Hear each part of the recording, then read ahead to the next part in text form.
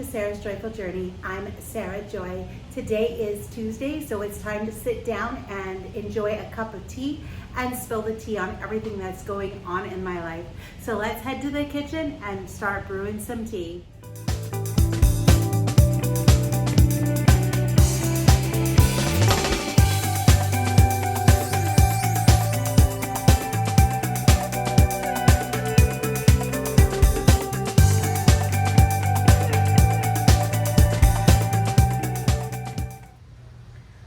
Our tea is just about done brewing. Today we are making Darjeeling, which is a black tea. It is described as being a treasured black tea with a refined and elegant taste and a translucent golden color. It should steep 3 to 5 minutes in boiling water. All right, so let's go ahead and I'll pull out my tea bags while we put our tea together. Today's teapot is English Chintz from my 100 Years collection, 1940s. I'll go ahead and I'll pull it up here because you can see it on the bottom of this cup, which this is the mug version of that. So I'm gonna go ahead, and this is a full pot of tea, which is like it's probably like 3 of these. It's a pretty big batch, so I'm gonna put like 8 to 10 drops of sucralose.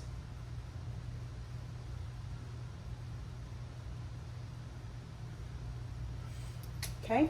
The other thing that I like to do with my Darjeeling is it can be drank like this, but I like to add a little bit of cream to it or creamy, milky texture. So what I'm going to do is I'm going to add 1 scoop of my Keto Brains. Keto Brains is the brand name of a nootropic creamer that has MCT oil, lion's mane, and some other things, and I really enjoy it. It just adds a nice creamy texture to it. It also helps with focus and all that kind of stuff. So technically, this is a little light for the Keto Brains because you would just add it to 1 cup. But I find that with tea, it works just well like this for me. I still enjoy it. I get the little bit of the flavor and everything there. So now our tea is done. Let's move to the couch and start spilling the tea.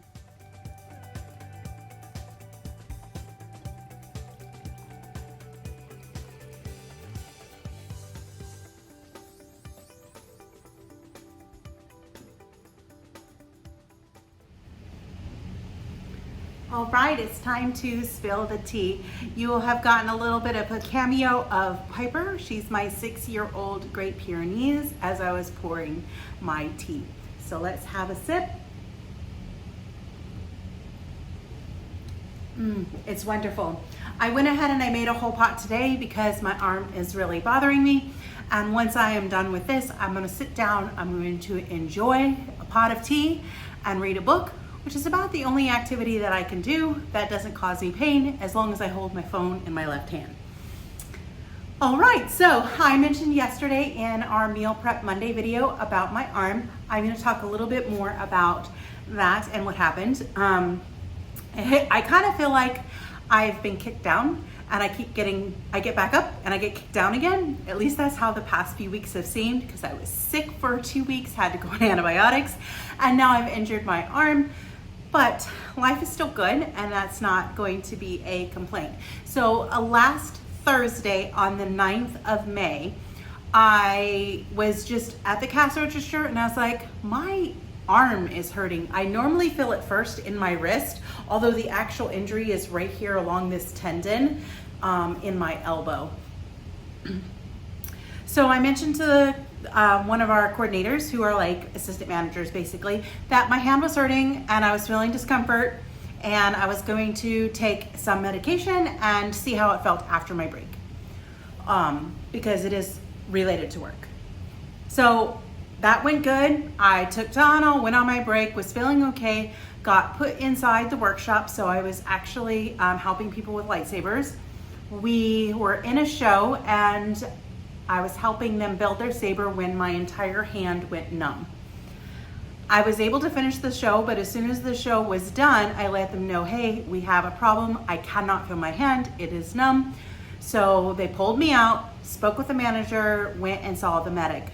So the medic was saying, yeah, you have quite a bit of swelling, you know, there's knots and all kinds of, he could tell there's just a lot of tension and an injury in my arm.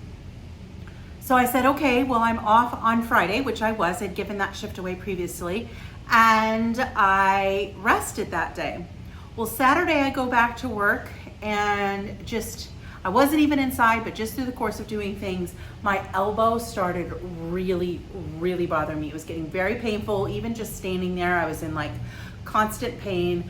I followed up with the medic, and then I went over to health services, which is where we can see Disney doctors that work only with the health workers' comp. So I saw a nurse there. She put an ace bandage on my wrist and made me an appointment to go and see the doctor, which was yesterday. So I ended up calling out on Sunday because until I got restrictions, which restrictions are what is like light duty, it limits my job. But until I had restrictions, I was gonna have to perform the job to the full means of the job. And I knew that I was not going to be able to do that. And according to our union contract, our managers and leaders are not supposed to cater to us without those restrictions. So while I could have gone to work on Sunday and they probably would have worked with me, because I'm not someone who's asking for all this stuff, they do not have to. So I decided to err on the side of caution, and I called out on Sunday so I could rest. Saw the doctor yesterday, and that was an event. Because he is wanting me to seek permanent restrictions, which permanent restrictions would mean that I wouldn't be able to lift any more than 5 pounds for the rest of the time that I worked at Disney. Which in theory sounds fine, right?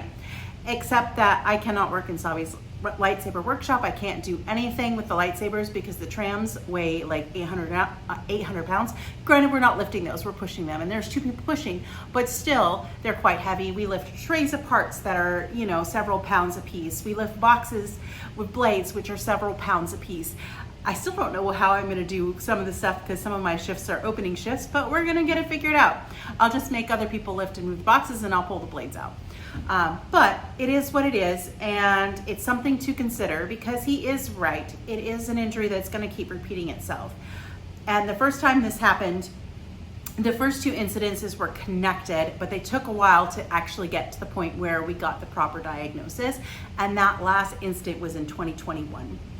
I started having problems with it in 2020.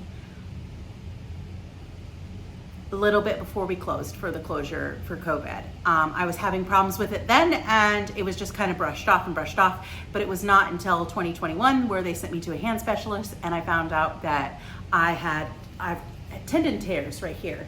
They're minor tears, they're not major tears, but there are just lots of little tears from overuse. It's basically tennis elbow, and it's extremely painful, and for me, very frustrating because I can't do all the things that I like to do.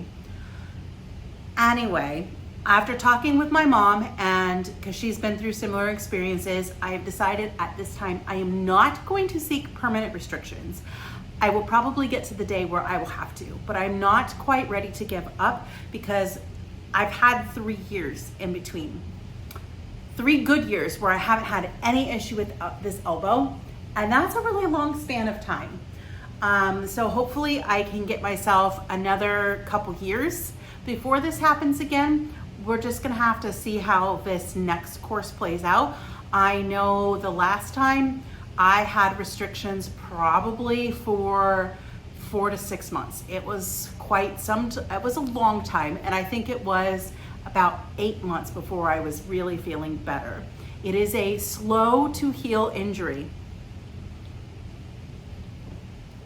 And when you're a person that uses their hands and their arms because I like to cook, I like to create and knit and spin and weave and all these other kind of things, they're all very heavy, and this is my right arm and I am right-handed. So I already have the fact that it's my dominant hand.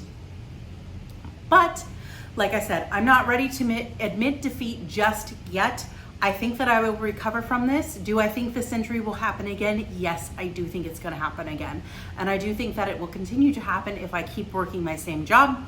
However, I still think I can squeeze a little bit more time out of it before I have to go forward with permanent restrictions. The next couple weeks aren't going to be fun for me because I will not be able to do the inside portion of my job at all, which means I will have no air conditioning while I'm at work. And it's starting to turn into summer here in Florida. It's really hot. So the only time I'll get air conditioning is for my 30-minute lunch break, maybe a max of an hour a day, depending on how long my shifts are. Now, of course, if I get overheated and stuff like that, and there's an emergency, I can let them know, hey, I am too hot, I need to cool off, and I can step off stage for a little bit. But even that only has its limits. So it's going to be an interesting couple weeks. I'm going to pack my pockets full of salty and element tea. I'm going to need to order some more of that because I'm sure I will be going through it quite quickly over the next few weeks. As I do this, I start physical therapy tomorrow, which again, I'm not super excited about, but one positive thing was I'm in a lot of pain. I wouldn't say that it's the worst pain ever, but most days I border on uncomfortable to I'm so uncomfortable I want to cry. I try not to take a lot of medication, but there are times that I have to. I've been using a ingredient, it's not really a medication, but it kind of sort of is. It's a rub called BioFreeze, and it's mentholated, and it just helps cool and soothe away pain. I've been using that. I also have Voltaren gel, so that if I really feel that my arm is very, very swollen and I need an anti-inflammatory, I will use that. I try not to take ibuprofen or naproxen by mouth if I can avoid it, because it does tear up my stomach. Even with food, if I take it too often, it's just too much. So I'm trying not to actually swallow pain medication. And from everything I've been reading, they say that pain medication, it dulls it away, which is good if you're going to take it when you're resting and you don't want to be in pain when you're resting. If you take it and you push through the pain, and it masks the pain, and you can actually end up making it worse, which I do truly believe. So I'm trying as best as I can to live with the pain. It's not always easy, and that's why I use the BioFreeze, because it doesn't really take the pain away, it just kind of gives this cooling sensation that can provide a little bit of relief. It can help relax the muscles, so it's not so much a pain reliever, but it kind of aids in that. So I do use that, but for the most part, I'm just trying to rest and relax and do as much as I can that way. But it is very frustrating because most of what I want to do to relax is I would like to work on my cross stitch, which fits within the bounds of my restrictions, but it does that, again, it's that right hand, it's that repetitive. So yesterday I was able to cross stitch for maybe 10 minutes, and then I was getting uncomfortable, so that didn't work. I can't really spin, I can't really knit. So I've been doing a lot of reading digitally, because if I actually have a book, holding a book stagnant also hurts after a while. So I've been reading on my phone, which has been a lot the last couple weeks because of being sickness, which leads me to what have I been reading. So I am in book 4 on the 4 Horsemen of the Apocalypse series by, I can't pronounce her last name, but I'll link it down below so that you can check it out if you're interested. The first book was Famine, and then, no, it wasn't Famine, it was Pestilence, Famine. No, I've got that all wrong. It was Pestilence, War, Famine, and now I'm on Death. That's the order. And these books are post-apocalyptic, so there's a lot of death. But I wouldn't call it gory, but there is a lot of death, and it is a love story. And I've really, really enjoyed them. I shared the first 2 books with a friend. I have the last 2 books I'm reading on Kindle Unlimited for free. And I really like this author. So I'm excited to try and read some of her other stuff and see what that is like as well. So So it's going really, really well. If you have any book suggestions for me, leave them down below. I would love to hear them. I'm an avid reader, and when I can't cross stitch and knit and weave and all that kind of stuff, I tend to do a little bit more reading. So that has been pretty much what I've done for the past several weeks, is just a lot of reading, which is enjoyable and I am liking it. I do want to give a quick update on my sister. My sister, as you know, has metastatic melanoma, and it's stage 4.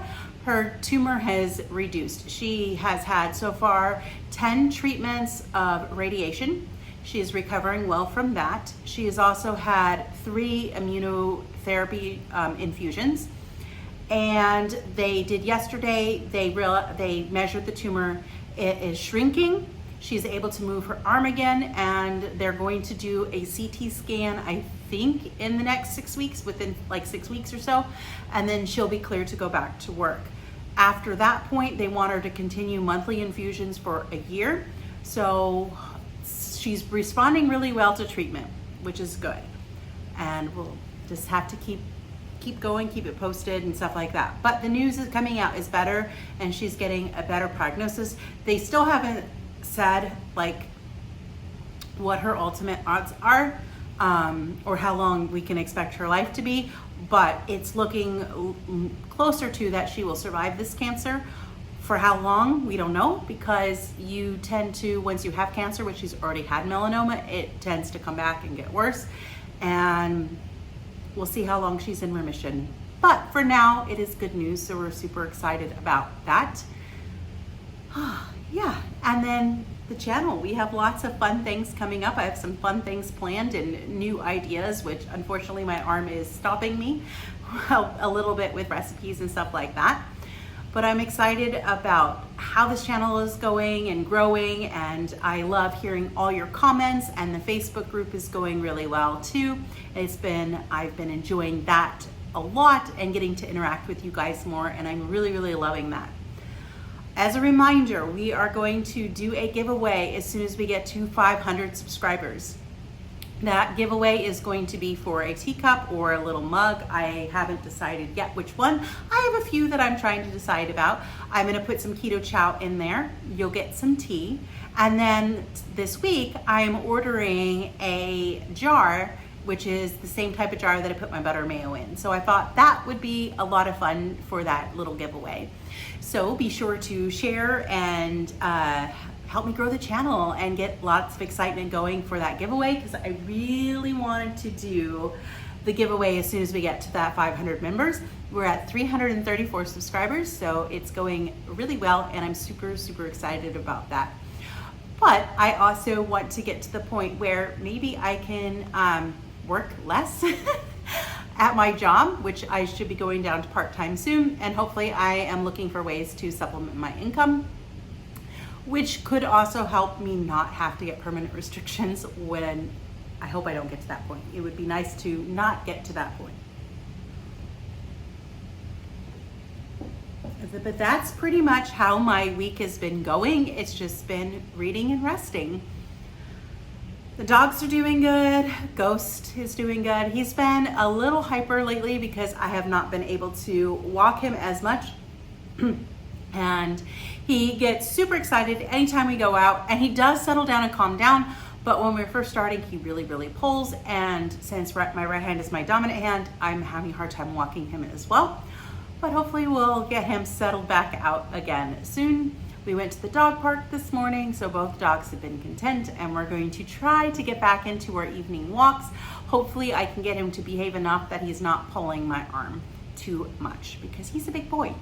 Well, he's strong. He's closing in on 50 pounds, so he's a pretty big sized dog, and he's still a puppy with lots of puppy energy because he's almost 7 months old. He'll be 7 months old next week on the 21st. So it's coming quickly. Another reminder, if you're interested in doing Texas Day Brazil with us, if you're in the Orlando area on June 1st, you need to RSVP by this Saturday because I will be making the reservation on Sunday for our group. To those of you who have already sent your RSVP, we are excited to get together and have a time of connection and friendship and all that other things on the 1st of June. So it's gonna be right around the corner. We love doing Texas Day Brazil, and it's gonna be so much fun to go with a big group of people. One other thing I do want to mention is I am starting the Buy Me a Coffee thing, so the link will be down below if you're interested in doing that. No pressure. It's just something I'm just going to add the links to every video. So if you wish to donate and help, those funds will go towards prizes and new equipment and just making this channel the best that I can make it be. But that's pretty much all I have for this week. We have what our eating in day video will be on Wednesday. I have a grocery haul coming up, and then we have a new recipe on Friday. And coming into the next week, we have some fun things planned. Not gonna mention them here, but it's going to be a lot of fun. If you saw my buns yesterday, I am perfecting that recipe now, and that you should be seeing that in the next couple weeks if you're interested in that. Well, that's all that I have to share with you guys today. Thank you for joining me on this edition of Tea Tuesday. And I look forward to sitting down and chatting with you again soon. If you like this video, be sure to give it a thumbs up, subscribe, and share this video with those that you think would be interested in it. And be sure to hit that bell notification. Remember, I upload at least 5 new videos every week, and you don't want to miss those. I hope you have a wonderful and joyful day. Bye for now.